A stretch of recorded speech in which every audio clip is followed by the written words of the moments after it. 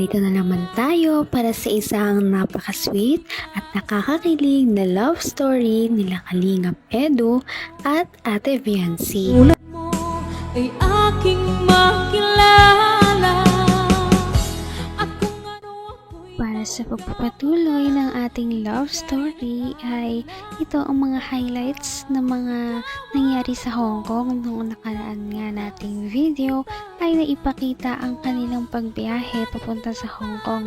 Ngayon ay finally ay nakalapag na din talaga sila. Kaya sa pagpunta nila dito sa airport ng Hong Kong ay nagulat sila dahil marami ang mga supporters na naghihintay pala sa kanila dito. Hindi lamang sila sikat sa Pilipinas kundi sa ibang bansa din. At karamihan nga dito ay ang mga OFW na nagkatrabaho doon sa Hong Kong. Kaya ito na ang mga nangyari sa kanilang paglapag sa airport ng Hong Kong.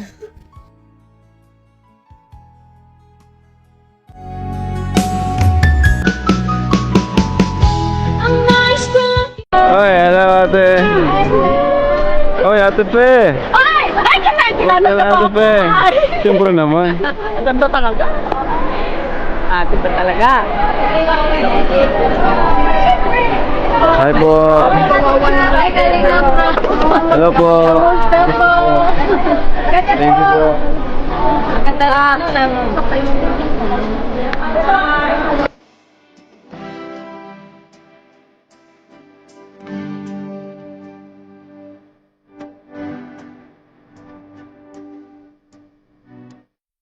Pabalik na rin. Lamig. Gaya pa rin ng dati. Ay, excited na ako. Ikaw, ano? Excited na din. Lamig na ako. Ay, ano kaya Akala mangyayari? ko, ang ano ko na, Ha? akala ko sobrang lamig dito. Hindi mo ba? Makikita. Hindi pa kasi. Mamaya, baka mabigla ka. Baka mapayakap sa bigla. Hindi ba? Hindi ba? Saka yung mga dala mo, sigurado kang tatagal ka hanggang 6 days niyan. Parang pang 2 araw lang yun eh. Hindi malaba. Kawawa ka naman. Baka mag-crop top ka dito, baka di mo kayanin. Hindi gagana yun ha. Parang pang ano lang yan, Kaya nga eh. pang Manila lang ata. Kaya nga eh. Sinabihan kita, sabi ko sa'yo, magdala ka ng mga makakan eh.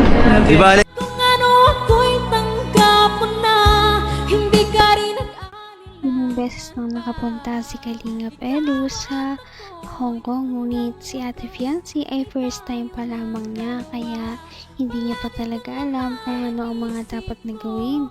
Kaya konti lamang pala ang nadala ni Ate Viancy na mga damit. sabi ko sa'yo, magdala ka ng mga makakan eh. Di bale, madami akong ano. Akala ko may mga binigay sa inyo, bro. Meron. Yung bagang yung in-unbox natin. Oo, Nagdala ka meron. nun, Betsy? Parang hindi siya nagdala. Ang dami nun ah. Ang dami nga. Yung mga panlamig baga. Ako dinala ko eh. Sabi ko kasi konti lang daw po dalayin. Nakinig ka naman. Sabi ko sa'yo, malamig dito. Dapat nagdano ka. Oo. Pero may mga dala pa ako. Pag nakilangan ka na lang, manghiram ka na lang, papahiramin na lang kita marami dun. Marami akong jacket din.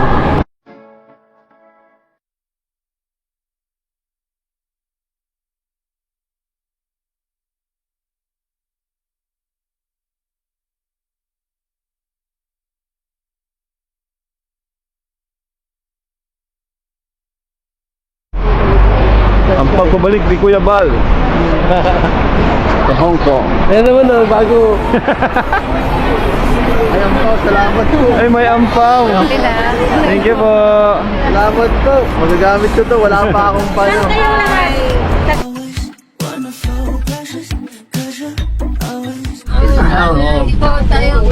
Wala nakasakay ng gantong Si Ate bus. Viancy ah. Nababalik.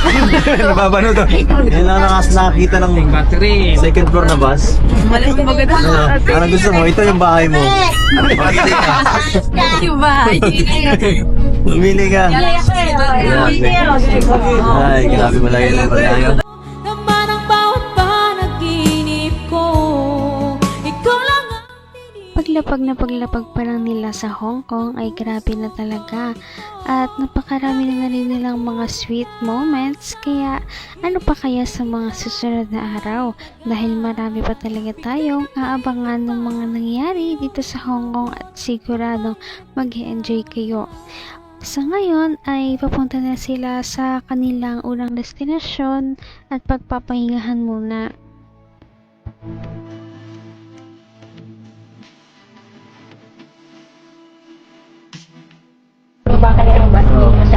Maganda ka yan? Wala pa yan. Wala pa yan? Wala pa yan, bro. Hindi pa yung pinakamaganda dito. Sa Disneyland, grabe. Nakapunta ka dun sa Disneyland. Nakapunta ka dun sa, saan ba yun? Sa The Peak. Baka mas lalo akong mapapawaw doon, bro. Yung pinuntahan baga natin nung gabi, nagsakay tayong ano. Oo, yung barko. Yung barko ba yung bangka? Yung... Gabi yun, di ba? Yun yung ano natin eh, unang... Oo, yung unang gabi. Ang lamig dun. Ay. Dapat na-experience mo yung mga yun. Ma-Ocean Park pati tayo. Ay, ayos. Di pa tayo nakakatayo nun. Baby, anong tawag dyan, baby? Bus. Baby. Bus. Asan yung bus? Relax ka.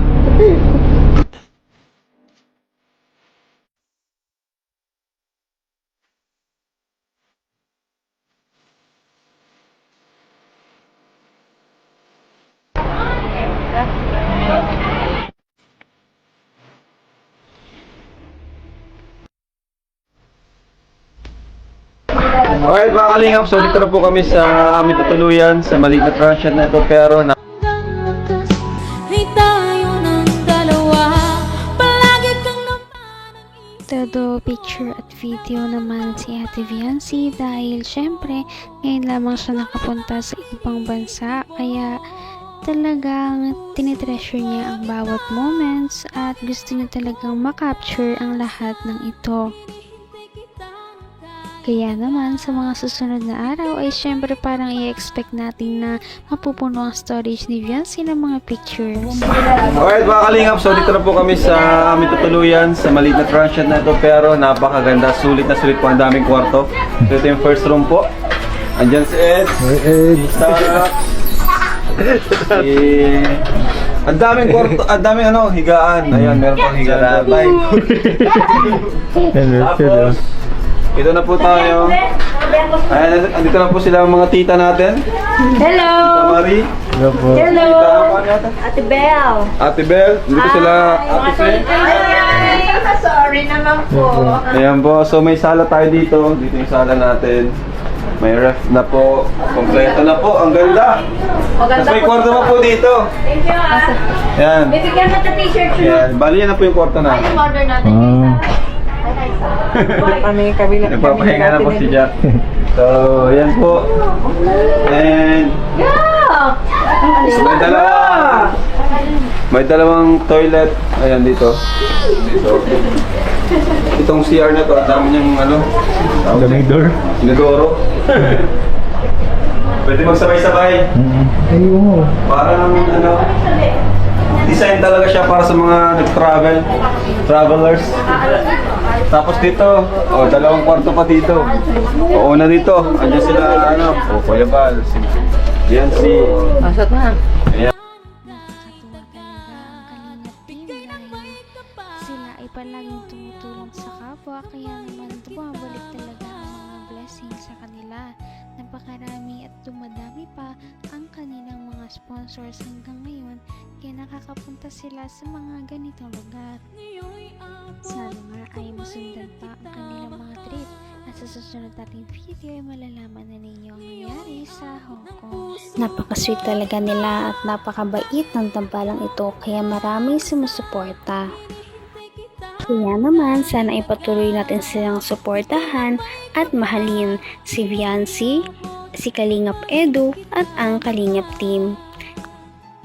Yan lamang at maraming salamat sa panonood.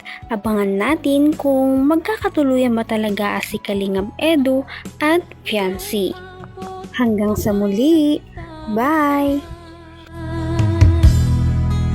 Ngayon'y abot